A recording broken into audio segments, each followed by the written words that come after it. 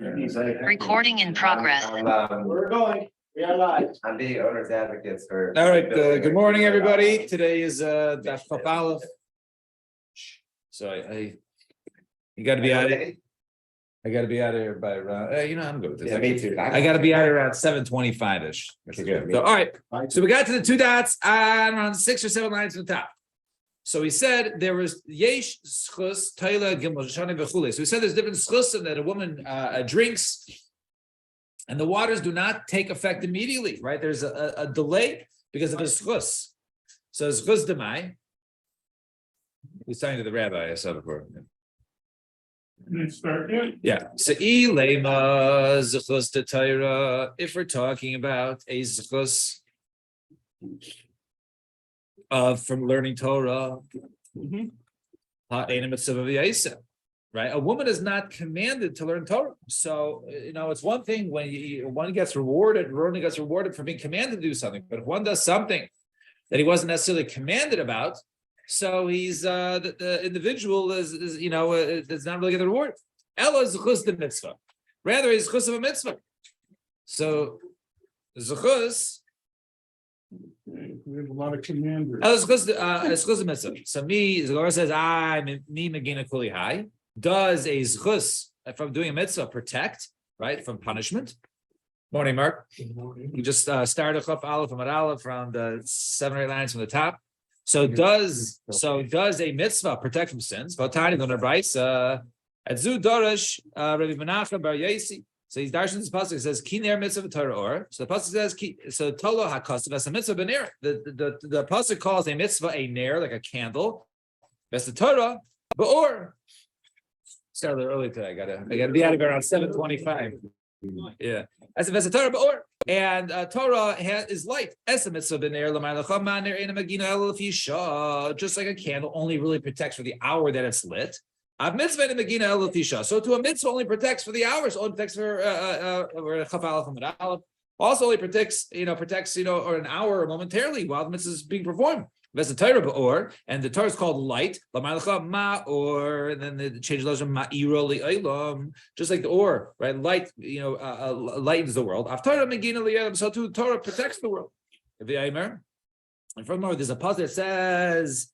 Pasuk in hey over there in Mishlei, it says bisalecha tanacha isha b'chulei.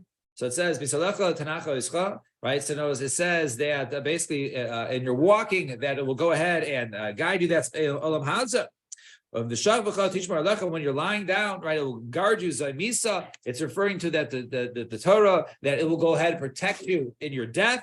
And vakit and it says and when you awaken. Right, it will also guide you. That's Liasi Lavo. So this is Liasi Lavo. So the Torah and mitzvahs, those items will protect the person in this world, lying down, and the world to come. And Mashallah, Adam Shaya Mahalech Beisha Naila Viafela. A person was walking in the darkness of the night.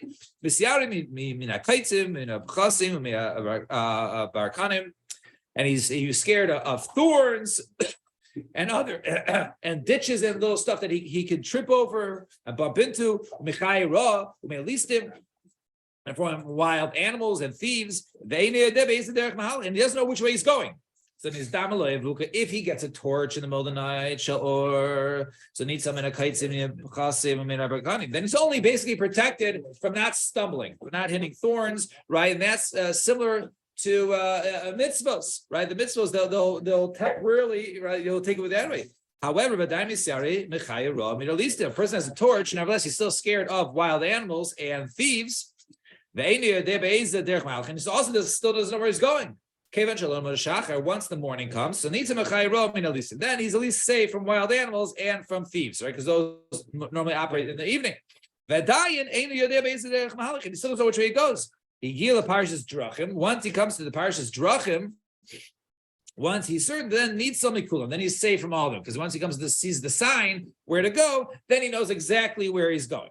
So similarly, so that was said regarding the Torah mitzvahs. So we'll soon see that the Parshas Drachim is basically the time of death when he's certain that he has not stumbled. And davar acher. Aveira mechabe mitzvah, vein aveira mechabe Torah, right? Then an aveira can go ahead and override and extinguish a mitzvah, but it can't go ahead and extinguish Torah. Now, right? It can't go ahead and extinguish the love referring to Torah. So what do you see over here? So you see over here that a mitzvah is really temporary. So what kind of zechus of a mitzvah can a woman have that will save her and prolong the punishment? Right. If we see that Torah, which is not commanded in, so therefore her she's not really rewarded like one who's mitzvah v'yesa. So what kind of mitzvah would protect her and be toila that she doesn't get punished for several years? She could do 612 mitzvahs behider, but she blew this one, come on. So, all right, so right, well, she gets punishment, but this is don't protect that. So Rabbi I'd say, so mitzvah be'ina diasikva, when one is doing a mitzvah, magina umatzila, right? Then it goes and protects from punishment, and matzila and saves from sinning in the future. Be'ina deloyasikba. However, when you're not doing the mitzvah, then agunim megana, then it does protect. However, atzule loy matzla, then it does protect from averos even afterwards. However, it doesn't save from future sinning. And Torah. But Torah, whether while you're learning or even after you're learning, while you're now learning, it will protect from punishment and also save from sinning in the future. So who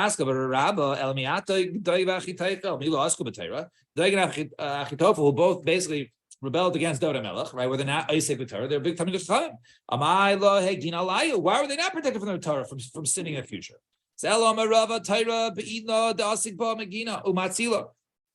Torah, while one is learning, he's protected from punishment. Umatzila, and he's saved from future averos. But however, not learning, such as when Doigav Teifel, then Aguna Megina, however, they are protected from punishment. However, but they're not protected from sinning in the future. And mitzvah, bein beina the asigba, bein beina the loasigba. However, a mitzvah, right? When one is Isaac in it, right? And when when he's Isaac or not, right? The loasigba agune megana. However, atzulu leimasla. So it says that one is indeed protected from punishment atzulu masla, right? And then he would not be saved, right? However, this shot is a little problematic because over here we just said if it protects from punishment, then why is she getting punishment, right? So it could be that it's only temporarily from punishment, but when she sins further, then she will not be protected from those averas, and therefore she will be punished at that point. Now, and Ravina Amar Liadam Schos Torah. I know really she's her schos 1 year, 2 years, 3 years really the schos in Torah. I think she's not protected from this because Hashem is being erased. Well, but that's not her sin. I mean, she led to that, right? But if she was pater, then she gets blessed, right? Even though it's erased. So the Gemara says, Ravina Meliyah Zchus Torah. It says Zchus Torah. It says how she gets such a reward, such protection. She's not really commanded in Limud Torah. So Mitzvah says, and yes, you're right. She's not commanded in Torah. However, the agra the makun ma'asin banayu v'nachin lo lavrayu ad yasim v'drasha miloi palaga ba'adayu, right? But the fact that she brings her sons and her husband to the base medrash, right, and causes them to limud Torah, does she not split in their amongst them in their limud Torah? Does she not get scar? So she gets scar along with it. And we said earlier, my Parshas Drachim, once you come Parshas Drachim, things become clear. So the person is Tamil Chacham, and then Yom the day of his death, he sees that he did not stray. Rav Nachman Yitzchak Amar Zeh Tamil Chacham Yoscheit, the Tamil Chacham and the Yirascheit, and Marzutra Amar Zeh Tamil Chacham, the Salkalei Shmaitza Liba the Hilchasa, who learned the halachas. He learned the Torah to the end of the sugya, and he was zeicha to learn the correct shot. Davar Acher. And we said earlier, Avera Mechaber Mitzvah and Avera Mechaber Torah. An Avera can cancel out a mitzvah, but does not go ahead and extinguish a Torah. And Amar Yosef Darshan Menachem Bar Sinai Lahai Kra Kisina. So Darshan Rav Yosef, right? So Rav Menachem Bar Yosef Darshan this pasuk like the Har Sinai. V'yomale Darshu Doig VaChitayfel Hachilor VeLabas David. Had they learned this, they never would have chased after David. They saw right? They said Hashem, right? Left David, right? David was a Ma'aseh Basheva. They thought he was an Eishes Ish, and even though had he learned the sugya that Torah is always protecting, right, and not just like a mitzvah that's temporarily. And my darish, what are they darshan? They darshan lo yerach b'cha ervas davar. Right, so they thought lo yerach b'cha ervas davar, and you'll get cursed otherwise. And David violated that, so they thought that David is no longer under protection. Now is our chance to go ahead and rebel against him. They saw that yes, Naver can cancel out a mitzvah, but cannot out the Torah of David HaMelech, and therefore David HaMelech was not set to fall to Doeg Nachitayfo. And my boz yivazu lo. So what does it mean that when the pasuk says, right, that there was all the treasures in the house, right? Would you go ahead? And then they wouldn't trade it, right? Was will you mock him, right? So I'm like Kishim and Achai Azariah, like Rabbi Yechanan the Benasiya, not like those who made deals beforehand. Says, hey, you go into business, I'll go into learning, and we'll share the reward together. Hello, Hillel the Shavna, like Hillel and his brother Shavna. The Chiyasa Rav Dini Amar Hillel the Shavna Chihavu, they were brothers, and Hillel Asik B'Torah. And Shavna of Iska, so Hillel went to learn, and Shavna went ahead and he did business. The Saif Amar Lei, and then at the end, Shavna came over to Hillel and says, "Ta na'aru let's go ahead and divide. I'll give you half my money. You give me half your schar."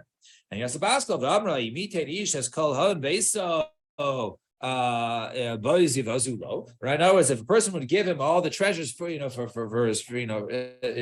his home, for love, would he go ahead and give it away? He wouldn't give it away, right? So therefore, he didn't. He already achieved it. It was all the treasures. Hillel would not go ahead and give away after the fact all the schar libud. So to over here, that's what the pasuk means. What was it? I'm not familiar with Shavna. Shavna was his brother. It was Hillel's brother. It was his business brother. He went into learning, and then his brother Shavna was his brother. Achihav. Fine. Top of page of Chaf Aleph Amud Beis. So it says over here, Omer ben Azai Chayiv Odom Lumot, as Bito, he says the daughter should go ahead and learn Torah in order to understand the parsha of Sota, that if another woman doesn't die immediately, it's because perhaps there's chusim in regards to Sota. And Rabbi Eliezer Aimer Kol Malamed is Bito Melamda Tifos. If he goes ahead and he teaches his daughter Torah, then basically it's like he's teaching her immorality. So Gemara says Tifos Agav. It's like he has taught her this tiflus, right? This like the immorality. What do you mean? Why? And Amar my time Ani Chachma Shachanti Arama. So it says, right? What is it? Arma. So it says, and wisdom is lying, right, like conniving, right? Cunning. In other words, that the Chachma can like outsmart things, right?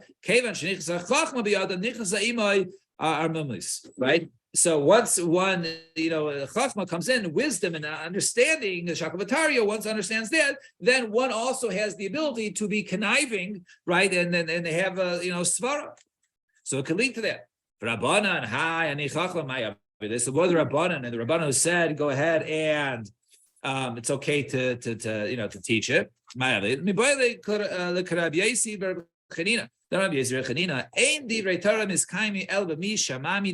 It doesn't mean arum, right? Like naked with nothing. A person basically gives it all, right? Everything he has, right? And gives up other pleasures of the world for Torah, then Chachma will be with him. Arum alayim. Shenema says, ani Chachma shachanzi arum. So, and we learn over there, it's arum. And similarly, right? Person, the Torah will be miskayim with somebody who makes himself like nothing. Shemar. Right? The Chachma is found from nothing, right? From nothing. Now, as a person doesn't go ahead and seek worldly pleasures, such a person, the Torah was kind with him. And then Rabbi Yeshua made Ratza Isha v'chulei. So then Rabbi Yeshua says, right, a woman would rather have, right, one kav and the tiflus, right, and intimacy, rather than 9 kav and precious. So what's going on here? So my kamar, what does it mean to say? So now